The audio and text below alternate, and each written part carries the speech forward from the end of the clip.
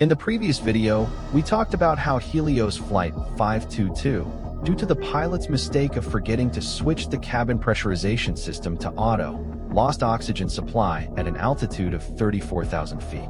Both pilots collapsed from hypoxia inside the cockpit. This ghost flight, with no one in control, raised the haunting question: where would it ultimately end up? At this moment of life and death, could a miracle possibly happen to save the 121 lives on board? Hello everyone, I'm Chi. In this episode, I will continue telling you the story of the Helios Flight 522 disaster. At 8:36 a.m., Helios Flight 522 had already been out of contact for 16 minutes as it entered Greek airspace. After flying over the Rhodes VOR station, the aircraft automatically made a right turn along its programmed route. Greek air traffic controllers and other planes in the sky repeatedly called the flight over radio, but every attempt was met with nothing but silence. Radar screens clearly showed the plane was still maintaining its assigned altitude and flight path. Controllers initially suspected a simple radio malfunction. By 9:26 a.m., the aircraft, still at 34,000 feet, began descending along the standard arrival procedure for Athens International Airport, programmed by the pilots before takeoff. Controllers immediately realized this was far more than a radio failure, and the Greek Air Force was alerted. Two F-16 fighter jets scrambled into the sky to intercept the Boeing 737. Meanwhile, the ghost flight automatically turned toward Athens runway 03L. Minutes later, it flew directly over the airport at cruising altitude, then banked right, heading back toward Kia VOR. To everyone's shock, its route perfectly matched the missed approach pattern for runway 03L. Upon reaching Kia, the plane entered a holding pattern, circling the skies with eerie precision. By now, the control room was horrified. Flight 522 ignored every radio call, yet continued to circle like a ghost above Athens. At 10:23 a.m., after 6 loops over Kia, the two F-16s finally caught up with the Boeing 737. The fighter pilots signaled for the aircraft to follow, but there was no response. From the outside, the plane looked perfectly intact. When one F-16 pilot approached for a closer look, he witnessed a sight that would haunt him forever. Inside the dim cabin, oxygen masks dangled from the ceiling while passengers sat motionless in their seats, slumped over and lifeless. Turning his gaze to the cockpit, the pilot saw the first officer unconscious in his chair, and the captain was nowhere to be found. Ground control, after hearing the fighter pilot's chilling report, finally understood the horrifying reality aboard the ghost flight. The plane continued circling the sky, destined to eventually crash once its fuel ran out. Because no one could predict where it would fall, the entire Athens region was placed on high alert. Then, during the 10th loop, something shocking happened. The F-16 pilot spotted a figure struggling into the cockpit. The person sat down in the captain's seat and put on an oxygen mask. Who was this mysterious figure? Could it have been a hijacker? The fighter jet pilot tried to get the attention of the mysterious figure in the cockpit, but there was no response. After hearing the fighter pilot's description of his uniform, ground control realized that this man was Andreas, the only male flight attendant on board. Although he held a private pilot's license, he had never received training to fly a Boeing 737. When Andreas entered the cockpit, he barely had time to familiarize himself with the controls before the left engine flamed out due to fuel exhaustion. Luckily, he had a basic understanding of how to use the autopilot. He managed to turn the aircraft back toward Athens airport and began descending. But Andreas himself was already suffering from hypoxia. With a weak voice, he called "Mayday, Mayday" over the radio. Tragically, the plane's communication was still set to the frequency of Cyprus air traffic control, so no one could hear his desperate cries for help. At 11,000 feet, Andreas disconnected the autopilot and tried with all his strength to control the single-engine aircraft and continue descending.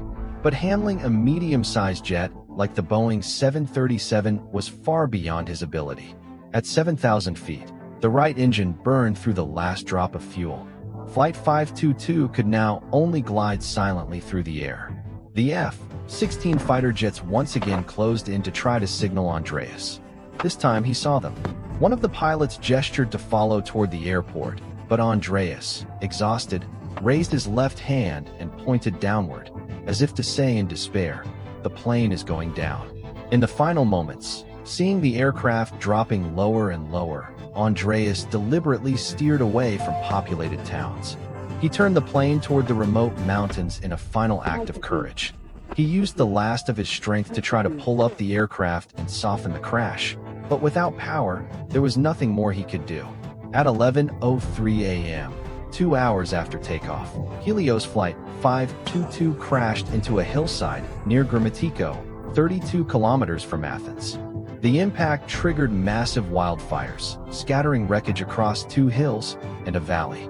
The tail section was the only recognizable part of the aircraft. All 121 people on board perished. 1 year later, Greek authorities released the official accident report.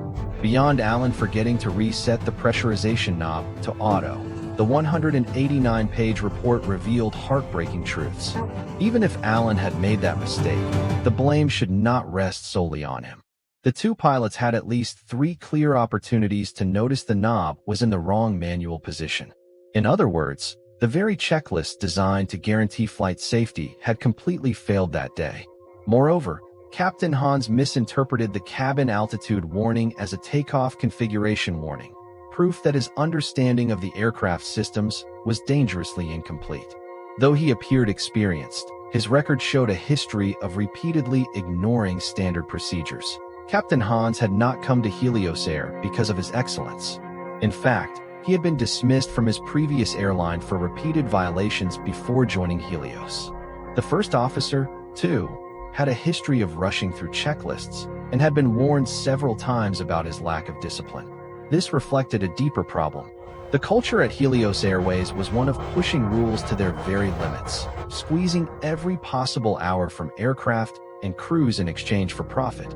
The company managed to survive for years partly because of the absence of strong oversight.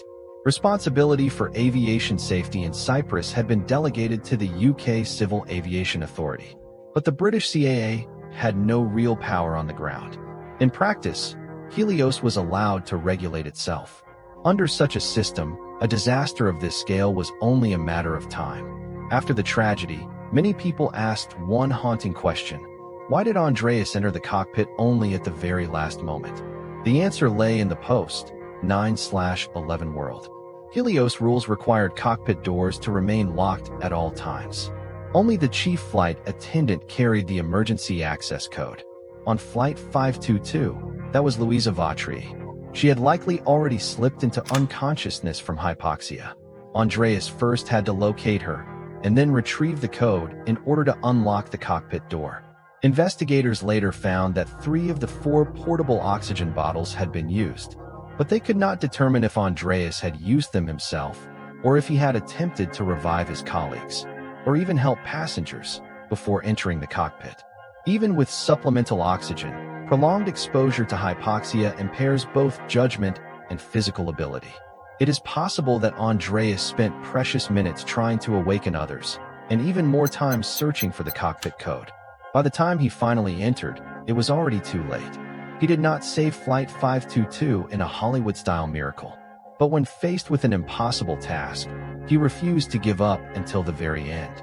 True heroism is never defined by success or failure. Andreas fulfilled his duty as a flight attendant with the last breath of his life. In those final moments, high above the earth, he embodied the true meaning of responsibility and courage.